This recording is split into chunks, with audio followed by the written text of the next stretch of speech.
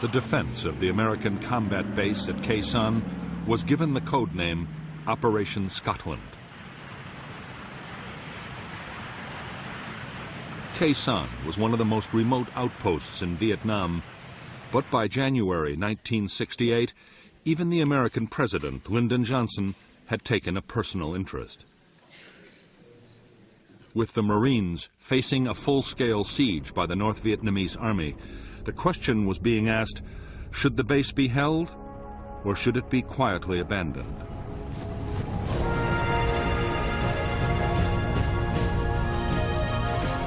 Many in Washington worried that defending Khe Sanh could invite a costly and humiliating defeat. General Westmoreland, the U.S. commander in Vietnam, dismissed all such fears. Already, Khe Sanh was tying up nearly 20,000 North Vietnamese troops, and there might be a chance of winning a major American victory.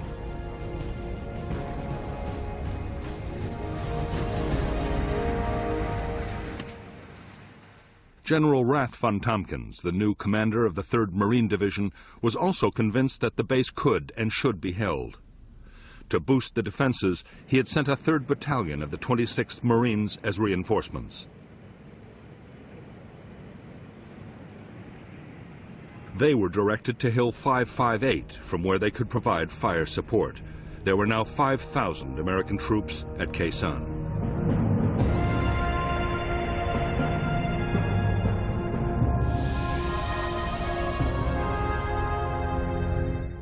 The combat base at Khe Sanh was built around a 3,900-foot airstrip. Beside the strip was the Marine Air Traffic Control Unit.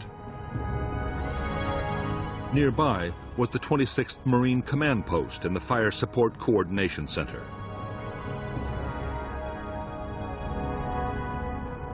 At the eastern end of the base was the main ammunition dump, with a secondary dump to the west.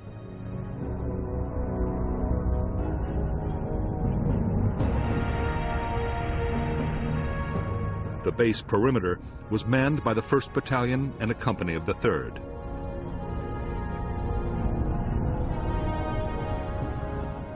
There was also a forward operating base run by Special Forces.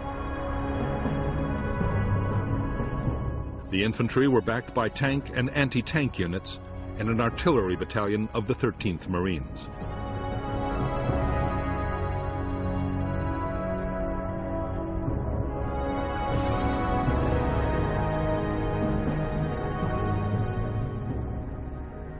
Outside the Khe Sanh base, the Marines held Hill 881 South, Hill 861, and a radio relay station on Hill 950. The whole 2nd Battalion occupied Hill 558 to block the Rao Quan River Valley. Beyond 881 South, the North Vietnamese 325C Division had secretly fortified a chain of hills. On January 20th, 1968, the Americans thwarted an attempt to take 881 South, and just after midnight the next day, 861 was partially overrun, but the attackers were also driven off. At 5:30 a.m., Khe Sanh base itself was hammered by a massive North Vietnamese artillery bombardment.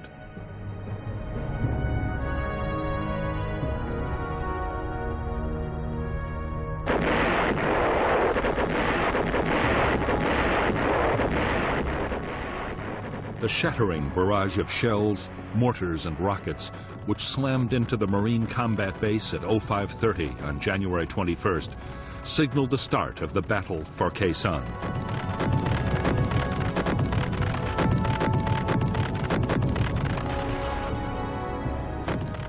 The North Vietnamese gunners had targeted their bombardment with unerring accuracy.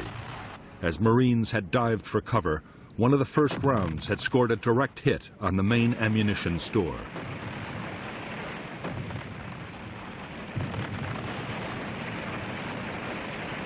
The number 1 dump stored 1,500 tons of artillery and mortar rounds, 90% of the base's entire stock, or 10,000 rounds. All of it was lost. 18 men were killed instantly and 40 were wounded as the ammunition exploded and shells and mortar rounds flew in every direction. The explosions would go on for another 48 hours.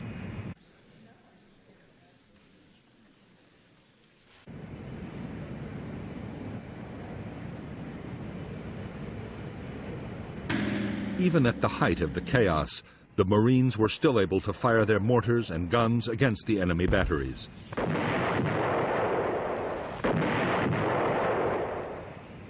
They also called in air support, and very quickly, fighter bombers were blasting the suspected locations of the North Vietnamese artillery, which in return scored 300 direct heavy artillery hits on the firebase.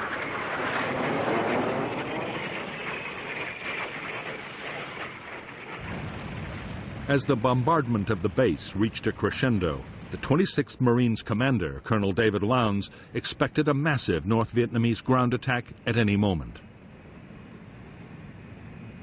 But the attack didn't come. The North Vietnamese infantry had a different objective. The target was Khe Sanh village, 3 miles from the Marine combat base.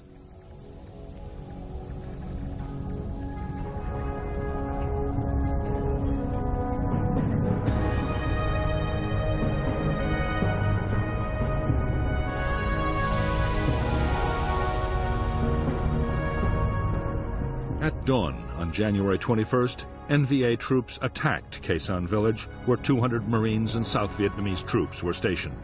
The North Vietnamese attackers were a 400-man battalion of the 66th Regiment. The battalion attacked twice, but in the face of powerful American artillery and airstrikes, failed to take the village.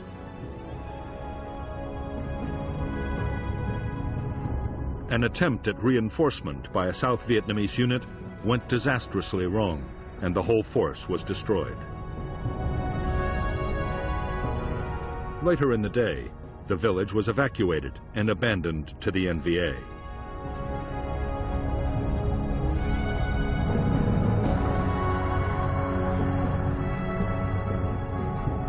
Later that evening, Khe Sanh base itself was probed by a North Vietnamese assault unit.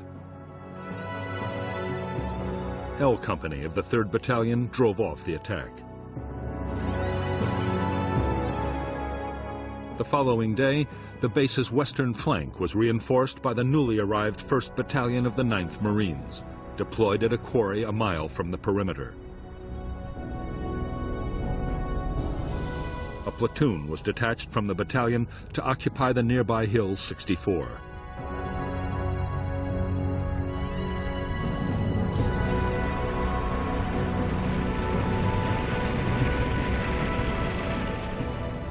For the Marines inside the Khe Sanh base, the days were now filled with feverish activity. There were sudden heavy bombardments from NVA guns and rockets.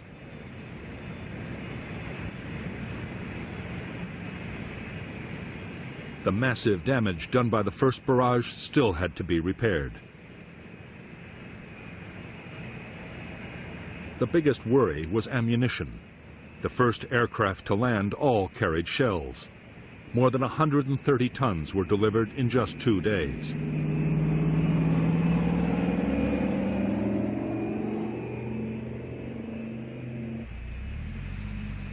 Reinforcements arrived too. The Marines were joined by 300 South Vietnamese Army Rangers, and Colonel Lowndes now had more than 6,000 men inside the compound and in 7 defended positions on the surrounding hills.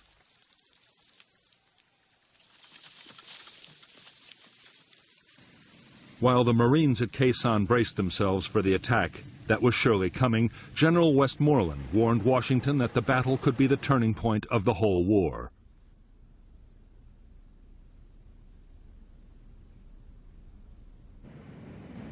In the United States, President Johnson was getting more and more worried about what might happen.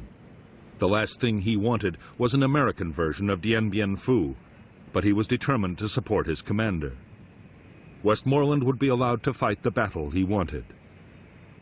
There would be no U.S. withdrawal from Khe Sanh, despite the fact that the NVA were still raining between 150 and 300 shells a day on Khe Sanh.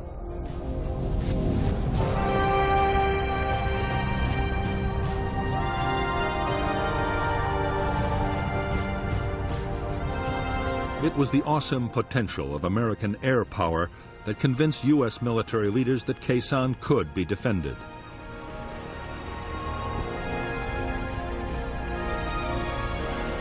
Before the battle had started, on 5th January, Westmoreland and U.S. tacticians devised a plan for defending Khe Sanh by bombing. It was already being unleashed on the North Vietnamese divisions with devastating effect.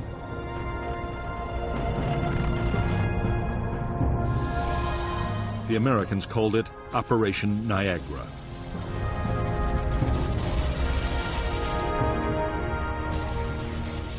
The first part of Niagara was to pinpoint North Vietnamese troop concentrations. Information from air reconnaissance, special forces teams, radio interception, and every other possible source was fed into the intelligence system.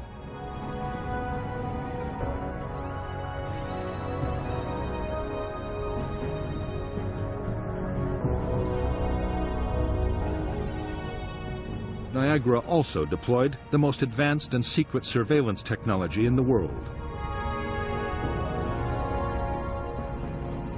Aircraft and helicopters scattered hundreds of electronic sensors across the enemy's main lines of approach.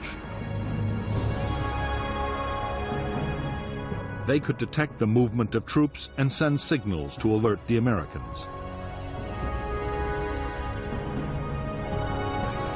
As the intelligence picture built up, Operation Niagara quickly gathered momentum.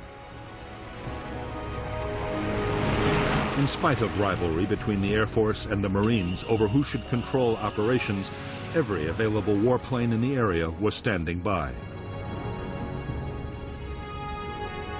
At the peak of the siege, American planes dropped triple the tonnage of bombs delivered on a peak day during World War II.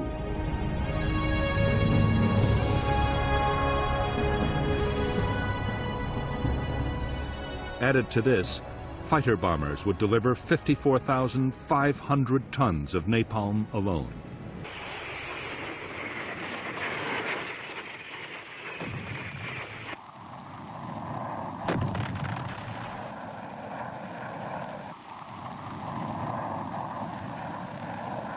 Although fighter bombers were flying the vast majority of Niagara missions, most of the sheer weight of bombs was being delivered by B-52s, as part of an ongoing operation codenamed Arclight.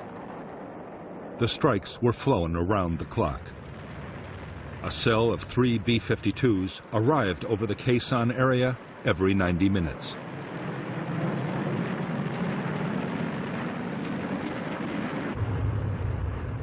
The giant heavy bomber was able to carry a massive 27 tons of bombs. The aircraft dropped their loads from 30,000 feet, high enough so that the planes couldn't be seen or heard from the ground. The only warning most North Vietnamese troops got of a raid was the shattering detonation of the first bombs. Over the 77 days of the siege, B-52s flew over 2,500 sorties, dropping more than 53,000 tons of bombs. The biggest Arclight raid of the Vietnam War so far was launched as part of Operation Niagara on January 30th.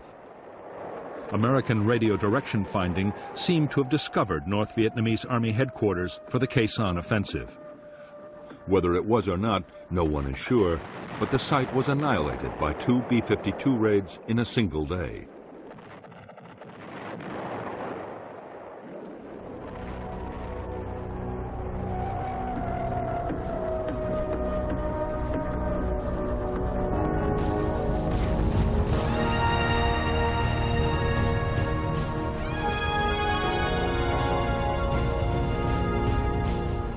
Early in the morning of January 30th and 31st, 1968, the general offensive the Viet Cong had been planning for more than 6 months broke with shattering force all over South Vietnam.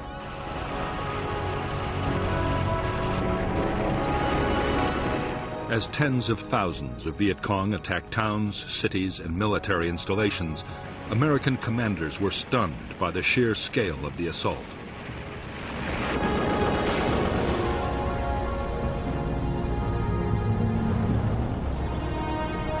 While most of South Vietnam erupted in violence, Khe Sanh was uncannily quiet. A North Vietnamese army defector had confirmed that there was to be a major attack, but nothing had happened yet.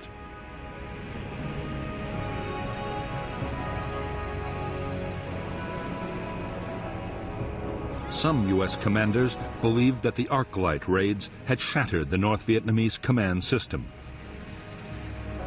There was no way of telling.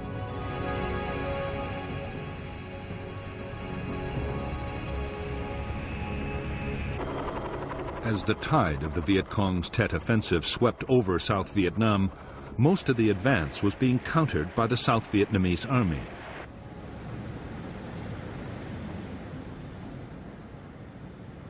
The Americans had been heavily committed in only a few places, mainly around Saigon and in Hue.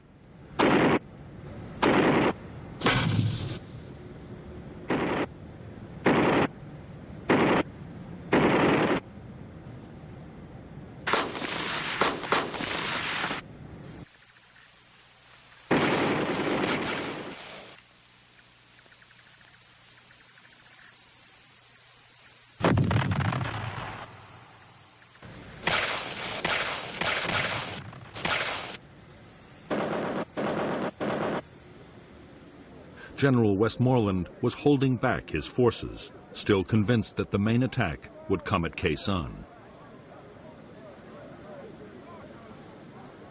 By this time, the weather in the Khe Sanh area had deteriorated badly. Heavy cloud cover had limited American airstrikes. The battle for the combat base had settled into a straight fight between American and North Vietnamese gunners.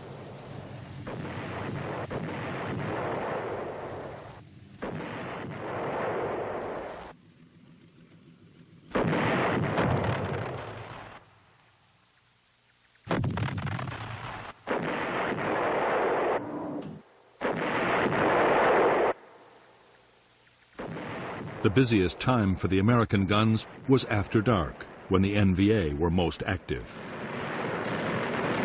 Every night, the Marines laid down concentrated patterns of fire on the likely areas. Sometimes, in bombardments known as mini-arclights, an intense artillery barrage was combined with radar-guided airstrikes to saturate a target completely.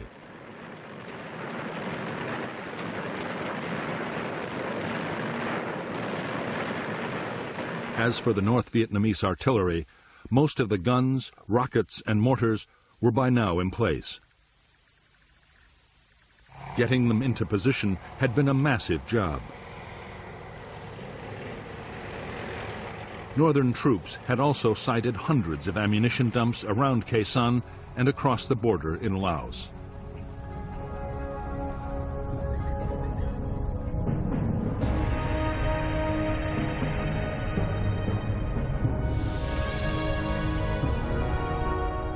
The North Vietnamese had placed large numbers of their shorter-range guns and mortars within 2 miles of the Khe Sanh base.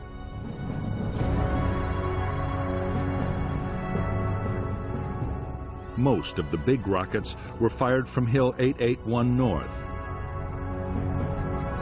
The heavy guns were much further away, on Hill 305, and in caves on the slopes of the Ko Rock Mountain across the border in Laos. While they could hit the Americans, the Marine guns didn't have the range to hit back. Even the Army's big guns on the Rock Pile and Camp Carroll couldn't reach the NVA's heavy batteries.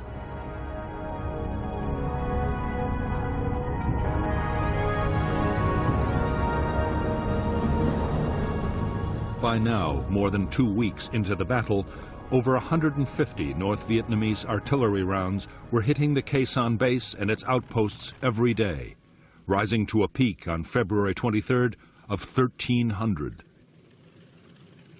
For the Marines, building the best possible protection was a matter of life and death.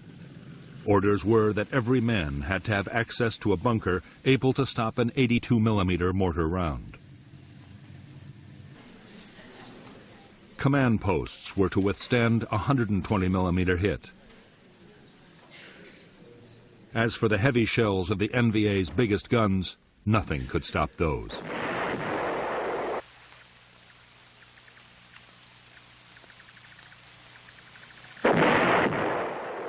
The North Vietnamese artillery hitting Khe Sanh and the Marine outposts was all indirect fire.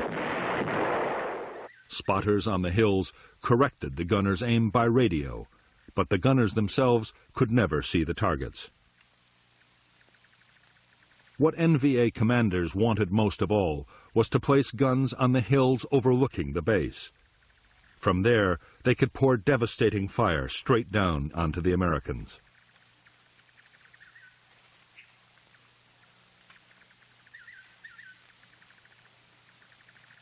On February 5, 1968, the American chain of electronic sensors detected a large-scale NVA movement. The activity seemed to point to an imminent attack on Hill 881 South. The U.S. reaction was a massive Niagara raid. Whole North Vietnamese units were caught in the open as the entire area around the hill was devastated in a massive storm of bombs.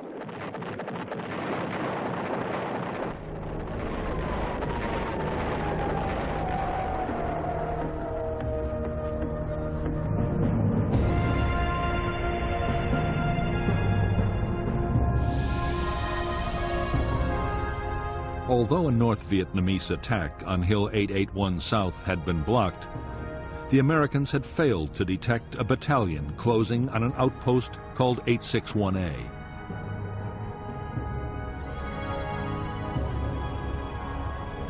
There, a single Marine company drove off two determined assaults as artillery fire destroyed the follow-on waves of NVA troops.